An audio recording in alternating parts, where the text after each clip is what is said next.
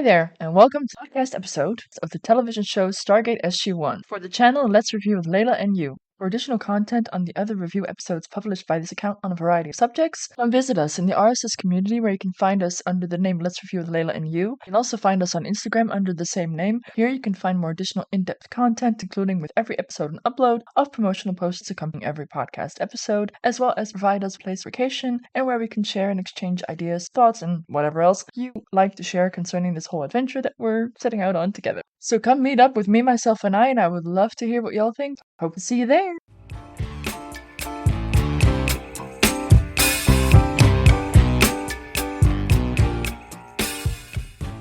Welcome back for the review of another Stargate SG-1 episode. Today we'll be reviewing the 10th episode of the first season, named Thor's Hammer. The original air date was September 26, 1997. The episode was written by Catherine Powers and directed by Brad Turner. As the title of the episode already implies, we are going to be meeting the Asgard. Sorta. We're again expanding the pantheon of gods. We've had the ancient Egyptian god, we've had the Greek pantheon, and now we are going a little more north to the Vikings. Plus, there's not only a wink to Star Wars, we're also borrowing a few characters from Star Wars. See if you can spot them.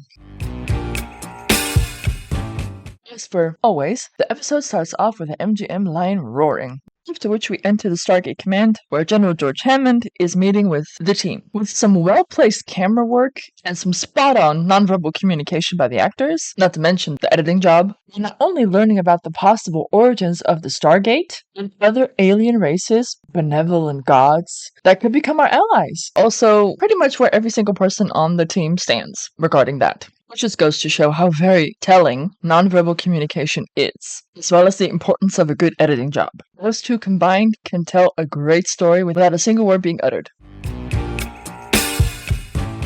As Daniel explains it, myths, religions, legends on Earth usually could be divided into two separate categories. You either had the tyrants or the culture bearers. I think we can all agree that the Goa'ulds fall under that first category. Maybe as the Goa'ulds turned out to be real, it stands to reason that maybe the good gods are all real and also visited Earth. Maybe those gods are still out there as well, to become our allies in the fight against the Goa'uld. In addition, he throws in another whopper of a theory. As the Goa'uld are parasitic by nature, they most likely did not build the Stargate system, and thus were also not the only ones utilizing it to visit Earth. As he is holding a delightfully adorable presentation about the Vikings, in particular Thor, which, considering that the episode is called Thor's Hammer, understandable, but there's a whole pantheon of gods there, Bubba. Not to mention that the Vikings were the only one with benevolent gods, but for the good of this story, it makes sense that they zero in on Thor. Plus, so far, the ancient Egyptian and the Greek gods turned out to be Goa'ulds, despite having benevolent gods in their pantheon. We gotta start somewhere. In the face of all this sharing, particularly General Hammond and Colonel O'Neill are the skeptical ones. Carter seems slightly intrigued, and Teal'c seems to be caught in between the two.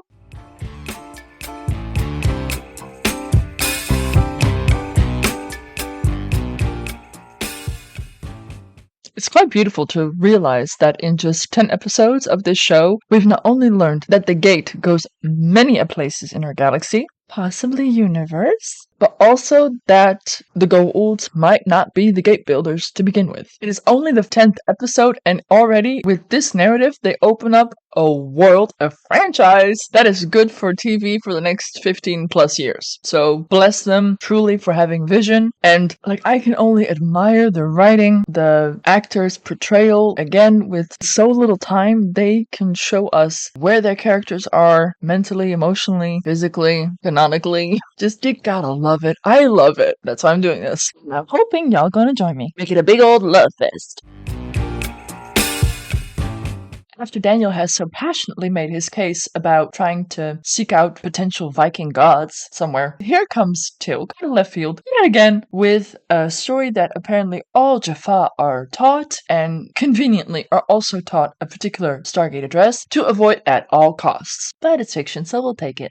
Which kind of makes you wonder. Teal'c knows that this planet is so dangerous to the Goa'uld that they are forbidden to go there, to the point that they teach every single Jaffa the sequence to the planet, but he just moseys along. Was no one even slightly concerned something might happen to him? I mean, is everyone forgetting he's carrying one around in his gut? Especially, considering what happens next? Or is it because we know what happens next that we think maybe he should have sat this one out? Then again, we wouldn't have this amazing episode, so alright then.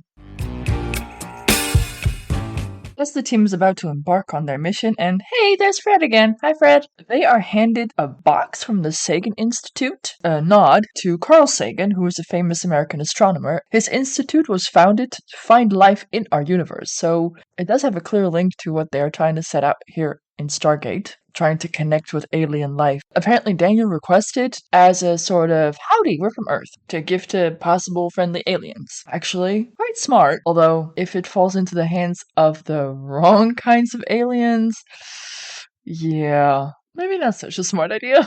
I mean, you're basically telling complete strangers exactly where you live. But it's a nice gesture, I like it. And I gotta say, I do love the design. The Earth symbol, and then the basic makeup of a man, a woman, and 2 children. Depending on how you look at it, I guess it could also be seen as leaning heavily into that whole male versus female binary narrative. I looked at it as in we have this end of the spectrum and we have that end of the spectrum and everything in between. And these are our mini-me's. But again, I think in how you see a design or a scene such as those really reflects your own perspective and or biases. So I wonder how y'all interpreted that. How do y'all feel about the design of this box? Do we have one for real? I mean, if the Carl Sagan Institute is out there looking for alien life to introduce to us, boy, I can only imagine that such a box should exist somewhere. Like a Greetings from Earth box needs to exist. Or don't you agree? Also, how would you design it? What would you put in it? Please let me know. I wonder. So, according to Daniel, there is stuff in there about cultures and history of our planet. And again, that choice kind of makes you wonder, is that smart? And I mean, hey, I'm all for authenticity and taking responsibility and accountability and all that jazz, but considering our history and all the whitewashing that has been going on, it really makes me wonder exactly whose version of history did you put in there? Like, how encompassing? Like, you don't want to flat out lie, but you do kind of want to make a good first impression. Considering our history, that might pose a bit of a challenge.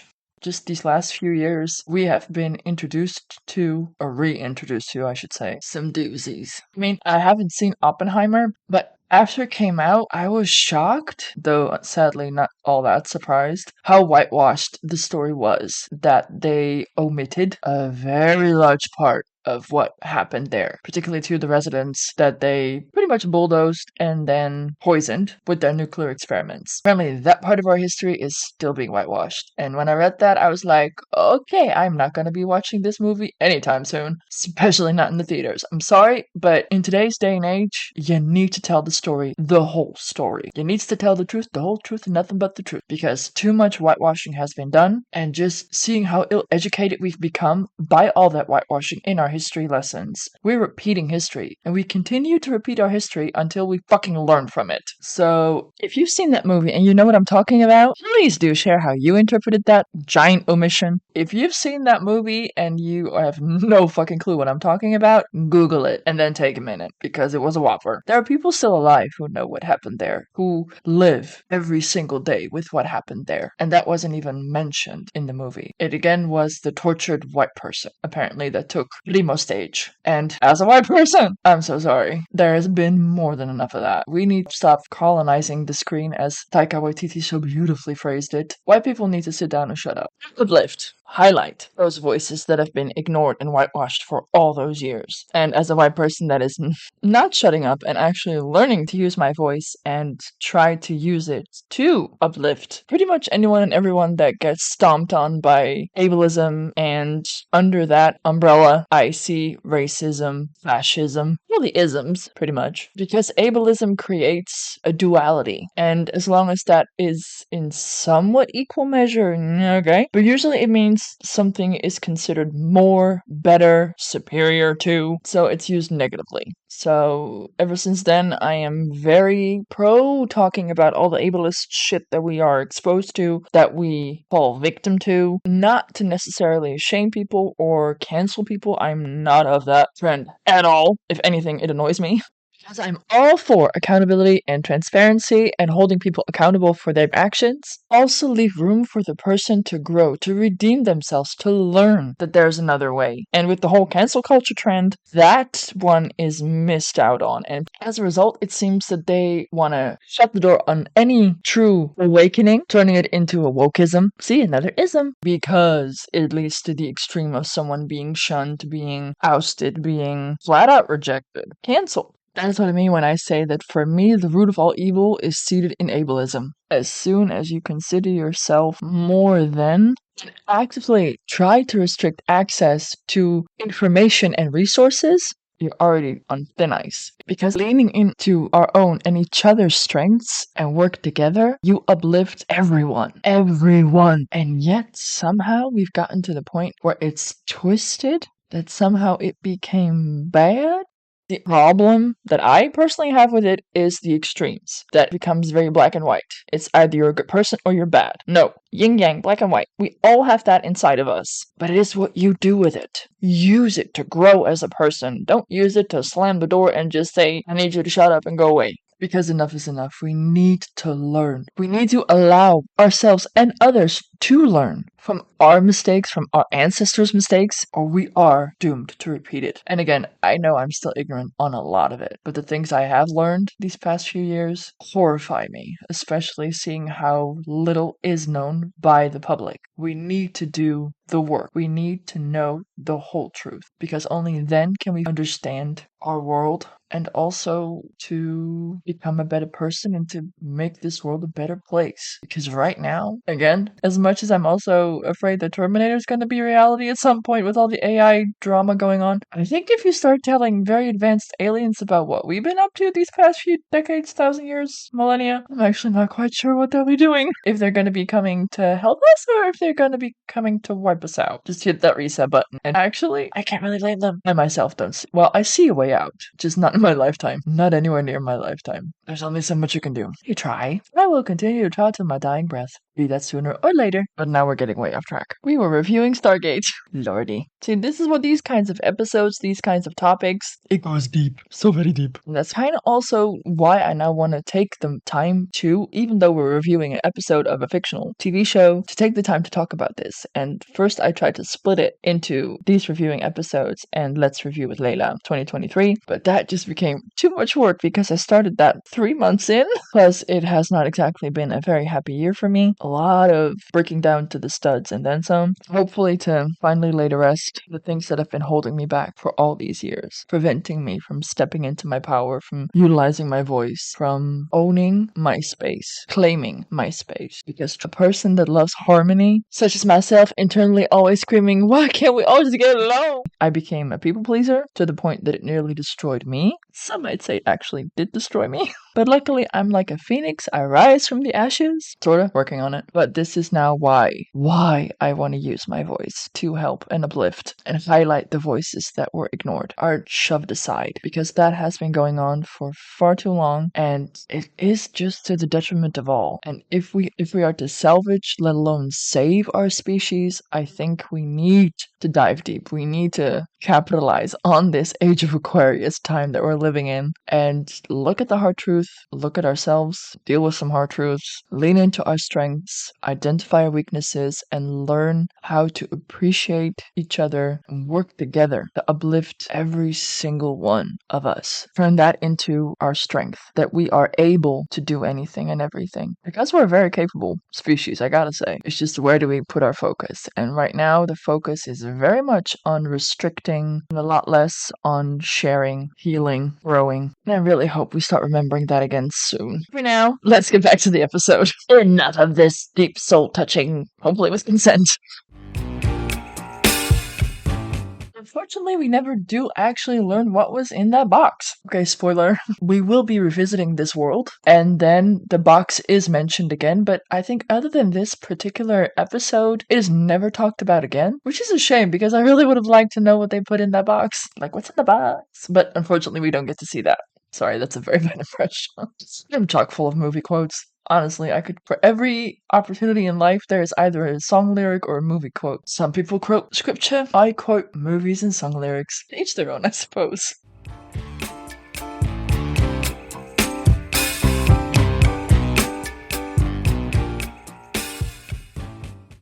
And let's say that was enough existential babble for right now, and let's get back to the episode. On arrival, the team is once again launched from the gate. I thought they fixed that. They, for the first time, experience quite a different kind of greeting. They are laughed at, which is delightfully refreshing, and I always love it. And suddenly, the obelisk opposite the gate starts to hum, and it starts to scan them. Before O'Neill has the chance to save Teal'c from whatever that thing is doing to him, they are beamed away. And the responses of Daniel and Carter I found odd, considering what we already do know about them. Daniel immediately is very doomy and gloomy, like, oh my god, they're dead. Carter gets very angry, and that doesn't really let up throughout the episode. However, she does immediately goes into leadership mode with contact the SGC, get some help, start a search. However, they never, I don't think, actually do call home. Despite Carter's earlier intentions, again, it's a very standalone, we're going on an adventure episode.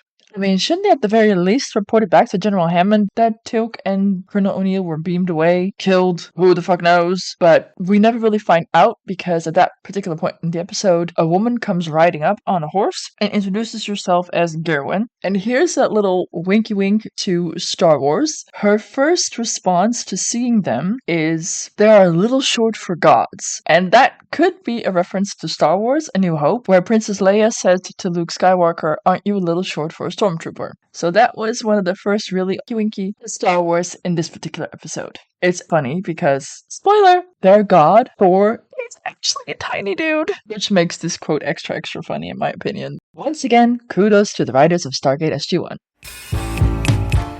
Aaron, for a minute, though unimpressed, clearly, is under the assumption that Daniel and Carter are from Asgard, so they are from Thrudvang, which I had to Google that one, is apparently, according to legend, the field where Thor resides. Once Garen realizes that they're human, she believes that they have tricked Goa'uld into following them to this planet to get rid of them, and, that would actually be very smart. Maybe we should try that in the future. But now we gather that we are both from Midgard, which is, according to Gerwin, their ancient home. Thor brought them to this planet from Earth and placed the hammer to keep them safe, which kind of compels me to say, hi, Thor, could you have, maybe placed that little fucker on planet Earth instead of abducting our ancestors and transplanting them on another planet and leaving us to fend for ourselves? Gerwin goes on saying that Thor will come back to teach them about the workings of the hammer and their technology when they're older. And here we go back again to the young, old narrative that the Nox also adopted by calling us young. Still guessing it's a nicer way of saying that we're primitive. And I love it in this show that even though, oh yeah, we're very primitive or young, they do it in such a beautiful way with such kindness. I think similar to what we adults can have towards children when they're still learning. So even though it's you could see it as an insult, as in you're too stupid to understand. I mean, every kid hates to be told you don't understand. You'll understand it when you're older. At least I did. I hate it when people told me that. I'm like, try me. It's unwise to hide shit from children and just say you wouldn't understand. Then dumb it down to an age-appropriate level is always my advice. You're still sharing, you're still making them a part of it, acknowledging that something is happening, which is very important, but you're also trying to protect the still developing mind. Also very important. Protect the kid from stuff that they should not worry about. I wish someone would have extended that courtesy in my childhood. But coming to an answer by yourself is so very important in comparison to just being shown the way. There we go again with my Star Wars reference. It's helpful to guide someone on their path, but if you go faster than they are able to comprehend, bad shit can happen, which is also covered in this show. So I really love in this show that they highlight both scenarios, and that even though, yes, of course, no one likes to be told you're too young to understand, you should also sometimes be grateful. But overall, yeah, you don't like to hear that you're not old enough to understand, but at the same time, compared to what we learn is out there. Oh yeah, they really have a point. But again, the writers did it in such a beautiful way. I really love how they focused on the positive. Yes, we're young, but we're learning, and at some point even we flip it around a bit, which again, I love because it's a two-way street. Every single interaction you can learn from each other, no matter the hierarchy or the teacher, student, parent, child, as long as you're open to that even though you are smarter, more advanced, more developed, less primitive, you can still learn from each other. The narrative throughout this show I really, really love, and I think is one of the reasons why this show is so very, very good. It doesn't look away from the painful truths, but it also focuses on the positive and the willingness to learn, to be better, to do better. we've once again established that we're long-lost fam, we learn that among their community, there is a woman who came to their planet as a Goa'uld, and that after the hammer did its magic, she emerged as her old self again, which, of course, instantly piques Daniel's interest.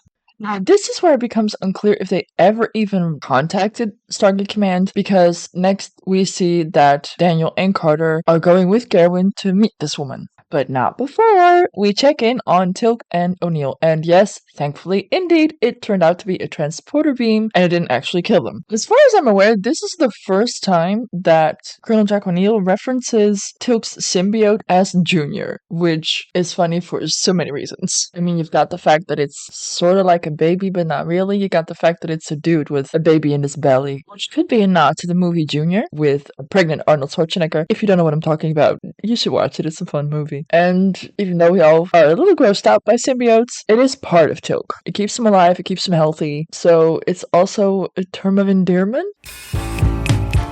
Soon after they arrived in what appears to be a cave, a hologram appears of Thor, and it's played by Mark Gibbon, who we will be seeing again in this franchise. I love that man. He has such a deep, powerful, mellifluous voice. You see him in the Viking garb, and he's holding a hammer, which we are supposed to, I think, assume that it's Mjolnir, which always makes me think of Mew Mew from the Marvel movie where Kat Dennings' character, Darcy, keeps calling his hammer Mew Mew. Still don't know if that was a goof or intended or because she couldn't pronounce it, but that part always makes me laugh. So I can say Mjolnir, evidently, but I just like Mew Mew a lot better. So therefore I always choose to say Mew Mew. Or does that just mean, is it like blasphemous to call it that? Oh, I hope not, because I also put it into my episode art on Instagram under Let's Review with Layla and You. Go check it out and tell me what you think. Soon after, it becomes clear that the hologram is basically just a recording on a loop, like a voicemail or a hologram message, I should say. And what we learn in this message is that Thor considers himself a supreme commander of the Asgard fleet, indicating that this indeed is a very powerful alien race, and that the Goa'uld system lords were informed they were not to come to this world. So apparently, the Asgard are aware of the Goa'uld, and the Goa'uld are aware of the Asgard, and they have some sort of treaty that keeps this planet safe. Again, why not Earth? Apart from that, of course, this is important information because later on in the show, all of this becomes relevant. So, file that information away for another rainy day. What I love about this moment is that O'Neill's like, okay, we got the Asgardian voicemail, let's move on. But it's Teal'c that stops O'Neill and says, let's listen to the entirety of the recording. That's more like something Daniel would say, but I love that Teal'c is also like, no, wait, this is important information. And as it turns out, yeah, it really is. For they are told that if they go to the Hall of Mjolnir and face the hammer, the host can survive. Not to mention that their weapons won't work here. Or do they? Which tells Teal'c that yes, there is a way out for O'Neill. His presence in the team did not trap him there for eternity and get him killed, which he, I'm assuming, feels a little guilty about. But also that if he remains in the cave and doesn't leave, he will be safe. And of course, here you go again with the Jackism with the Hall of Mohair. Again, I don't know if this was a Richard Dean Anderson or a writer thing, but golden!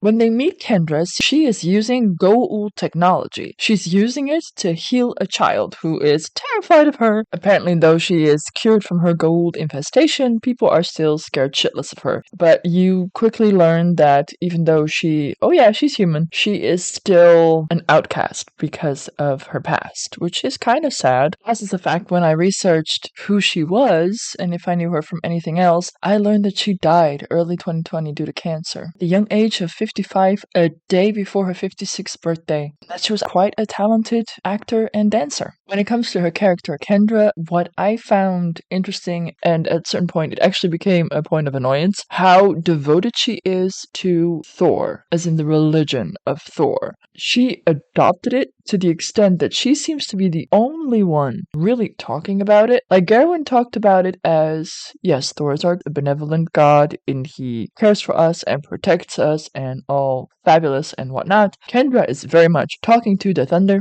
or listening to the thunder or interpreting the thunder. Like, I remember that she annoyed me in this episode, and I couldn't put my finger on why exactly. And then when I watched it again now, again I became annoyed. And I think not because I don't like the actress or her performance per se, but the extent to which they really laid it on thick with the talking to the thunder, and just after everything that she went through, she knows better than anyone how the Goa'ulds are just parasitical beings taking possession of humans who have dominated the galaxy with knowledge that they acquired along the way. That having clearly gone to the negotiating table with the Asgard once or twice, considering what Thor told us in his message, she would know the true Asgards, as we will maybe someday, hopefully, get to know them too. So her shtick quickly became annoying to me.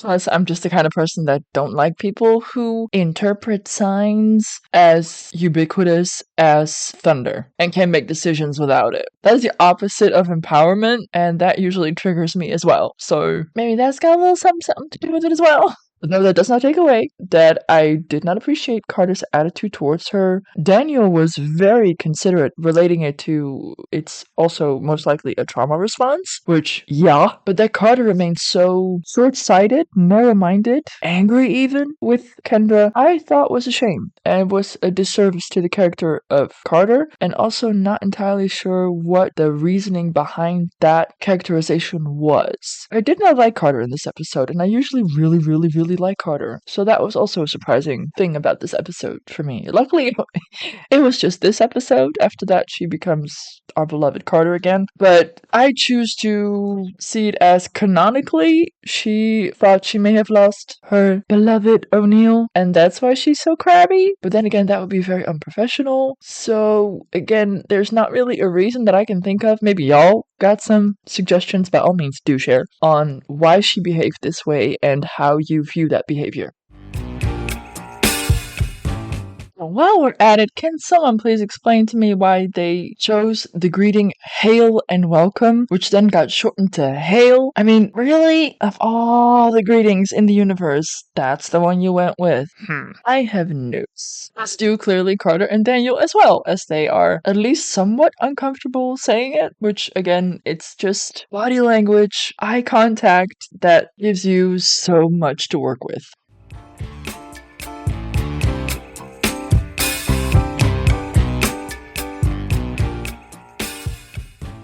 Next, we discover that Teal'c and O'Neill are not alone in the cave.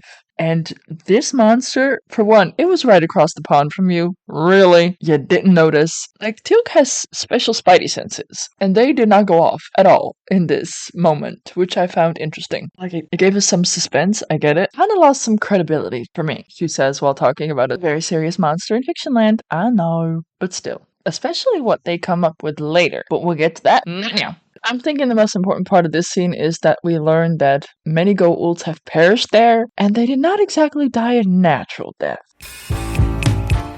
Once our boys have entered the Hall of Mohair, we learn that apparently our weapons are considered, or earth weapons I should say, are considered too primitive because indeed Teal'c's staff weapon doesn't work anymore, but luckily O'Neill's guns still do work, which they demonstrate by shooting one of the lamps. I got to say, beautiful architecture. You're in the middle of a cave and suddenly they enter the Hall of Mjolnir. Not a moment too soon. In the next scene, we finally see the monster in its full glory, and we learn that it's called an Unas, played by Vincent Hammond, and this is one of the characters that we borrow from our Star Wars franchise. The man that plays this character is, for one, very tall. The dude is like 6'8", and he plays a lot of very tall people on screen that we probably all have seen in something or other, as I learned that I remembered him, oddly enough, for he was on screen for not even a minute, but I still remember him as the gurney guy in ER, where he portrayed a character that was high on PCP and was tied to a gurney, but because he was so tall, he just took that gurney for a walk, still tied to his back. I still remember that scene, and apparently that's this dude. Just the description, the gurney guy, I immediately knew who it was. Despite ER being 331 episodes of 40 plus minutes a pop, that little character, or should I say big character, was really rather memorable. Evidently. And he is also the dude that has appeared in Star Trek. Oops daisy. Got my Star franchises confused. Although, fun fact, the Unas's voice is voiced by James Earl Jones, who voiced Darth Vader. But he'll always be Mufasa to me.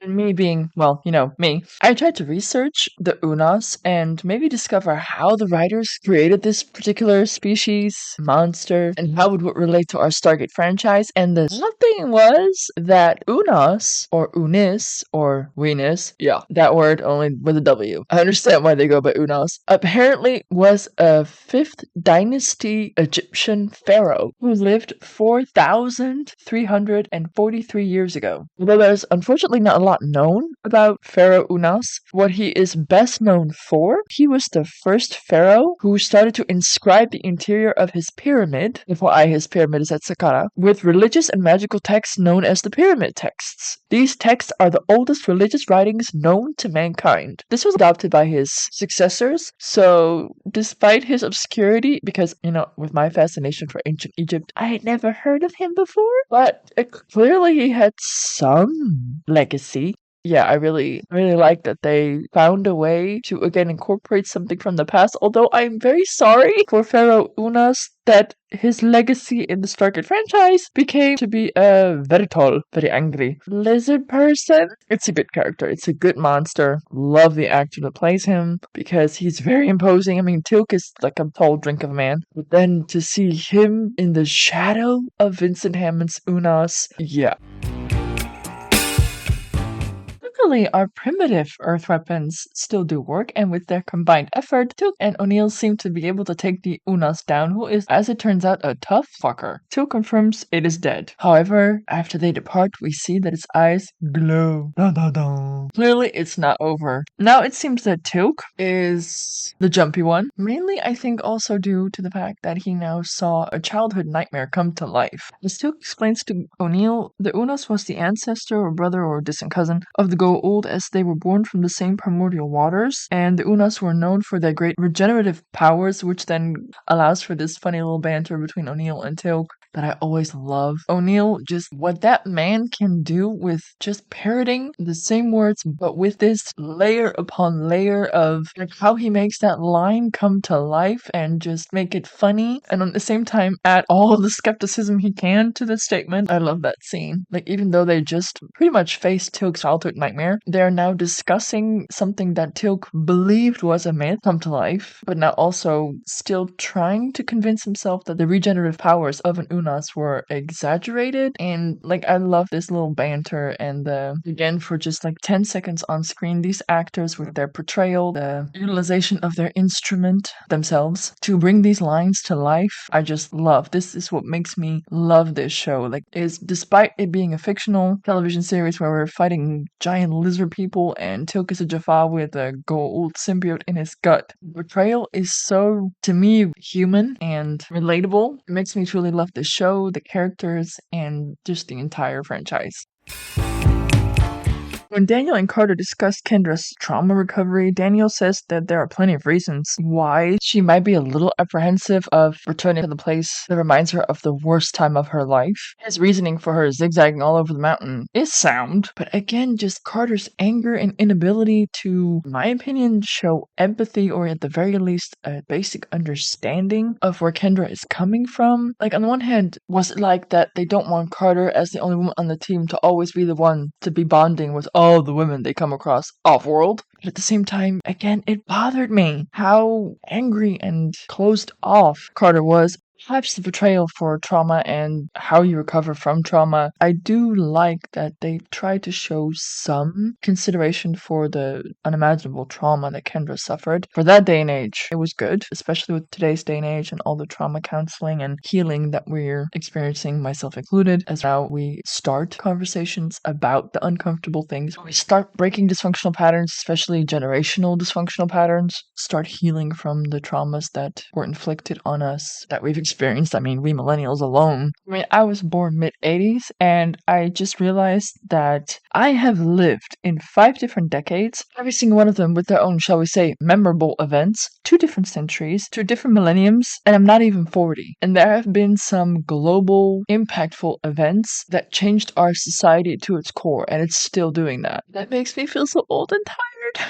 Just currently, I'm watching Grey's Anatomy because there's some overlap with Station 19, a show that I also greatly like. And I just arrived into season 18, 19, which was recorded during the pandemic. And of course, in those episodes, they talk about all the things that happened during the pandemic. And I got emotional watching a particular episode. I'd already forgotten what we went through in just a few years. The amount of traumatizing images and upsetting news that we were exposed to, and just the hits just kept on coming. Like, there's only so much that your brain can comprehend, and just to see it laid out like that, like in that one particular year, this and this and this and this and this happened, I was shocked, because in my brain it felt like that had been the past 5 years, but no, that happened in a single year. So that just goes to show what your brain does, even to a trauma as recent as a few years ago. On the one hand, it feels like a decade has passed, but then you start to think back and you think, no, it's only been 3 years. Huh. Oy.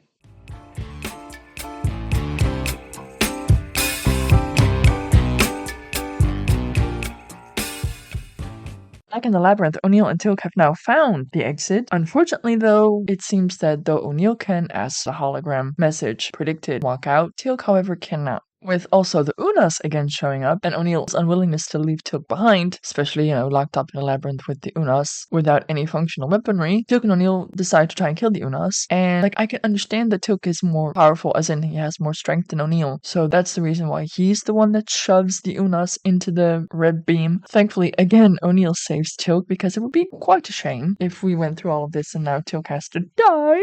Honestly, don't hurt that primo shot of Teal'c's buttocks, his gluteus maximus, because not to objectify Christopher Judge, truly mean it as a compliment. Those glutes are Maximus. Like Maximus. He has a butt, girl. As in, I appreciate a firm, perky little butt. Or, big butt. A cute tushy. What's a girl to say other than, I like big butts and I can and will testify. Again, I am moved by Teal'c's supposed final stand. If I am to die, it'll be as a warrior facing my enemy. And, Teal'c to me embodies an honorable warrior. In the Nox, he showed this when he stood firm against Apophis when the Nox thankfully rescued him. And now, again, he is faced with his childhood nightmare come to life. He still decides to face his nightmare head on, and in doing so even tries to save O'Neill himself and anyone else who can ever get stuck in the labyrinth. But no, O'Neill saves him. Of course, everything, as it happens in fiction, comes together when at this exact moment, Carter, Daniel, and Kendra arrive on the other side of the labyrinth exit, and they hear the gunfire, signaling that O'Neill and Teal'c are in need of some help. Here again we see a switcheroo with the headgear. They really do seem to have a hat for every occasion. Kendra suddenly knows the magical rhyme to open the door, which again, far-fetched people. And she says that the rhyme was from a song that the people taught her. They are scared shitless of you, but you had time to pick up on some random rhyme that you now randomly figure could be your way to open the door. Okay.